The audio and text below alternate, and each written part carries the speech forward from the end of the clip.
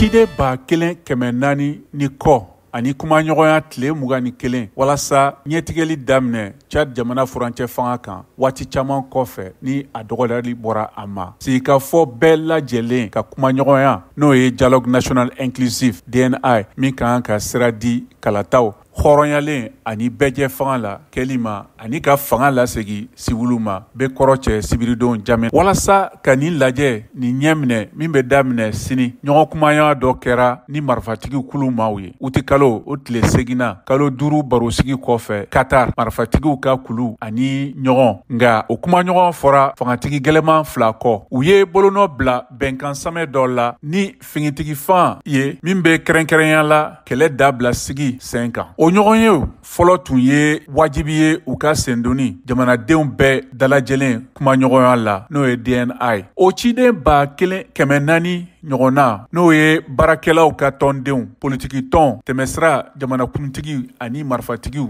olu bɛɛ la ɲɔgɔn sɔrɔ janvier kalo tile 15 masaso kɔnɔ jamakulu sigila walasa ka ko caman jateminɛ i n'a fɔ jamana ka ladiriya kalata taabolo hɛrɛ ani jamana kan bɛn kan. Chad min ye a ka yɛrɛma hɔrɔnya sɔrɔ Faransi bolo kabini san 1960 la ye fangacɛni cɛsiri caman sɔrɔ a ka tariku kɔnɔ. Ni kumaɲɔgɔnya ka kan ka to an ka marifako bila an kɔfɛ siɲɛ kelen o ye minisiri kulamala ka kuma fɔta ye. FACT n'o ye Front pour l'Alternance et la Concorde au Tchad murutile jɛkuluba dɔ kelen ye minnu ye binkani daminɛ ni min ye Idriss Déby ka fanga tiɲɛ o ma bolonɔ bila Doha bɛnkan na wa a tɛna sen don a kumaɲɔgɔnya ninnu na k'a jate ko ka kɔn a ɲɔgɔn ye dulen tɛ. Kɛlɛcɛw yɔrɔ dɔw fana fanga sinamatɔ maaw dɔw bina bɔ a kumaɲɔgɔnya la a ciden sigili fana k'o fɔra.